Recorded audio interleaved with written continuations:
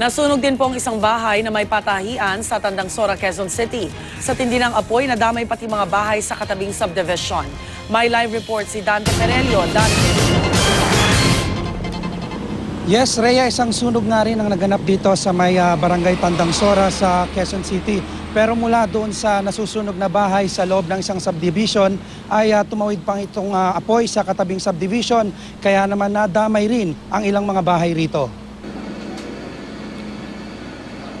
Rhea, pasado 1:00 ng madaling araw kanina nang sumiklab ang sunog sa Benita Enterprises and Garments sa number 16 Diamond Street, Santa Perpetua Village, Tandang Sora, Quezon City.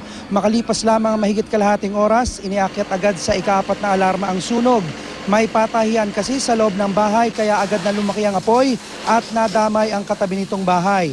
Matapos noon, tumawid naman ang apoy sa katabing Ramos Compound na sakop ng Santa Barbara Subdivision kung saan nadamay ang 4 pang mga bahay. Bandang 3:00 ng madaling araw nang tuluyang maapula ang sunog. Wala namang naiulat na nasawi o nasaktan pero 6 na pamilya ang nawalan ng tirahan. Sa paunang investigasyon ng mga bumbero, Rhea, nagsimula ang apoy sa nag-overheat na electric stove matapos itong maiwan ng matagal na nakasaksak. Narito ang kanilang mga pahayag. Yung dad nag-set up ng hose. So parang inaano niya yung pader na nag-separate sa dalawa naming bahay. So tinulungan ko muna siya doon. Oo, doon nagsimula talaga. Tapos mga after 15 minutes, tsaka lang siya kumapit sa bahay namin.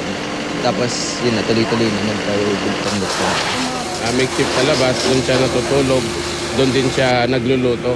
So, ang tinitignan natin, mayroon siyang ginagamit na electrical stove, hindi na yata na unplug, doon nagmula yung apoy.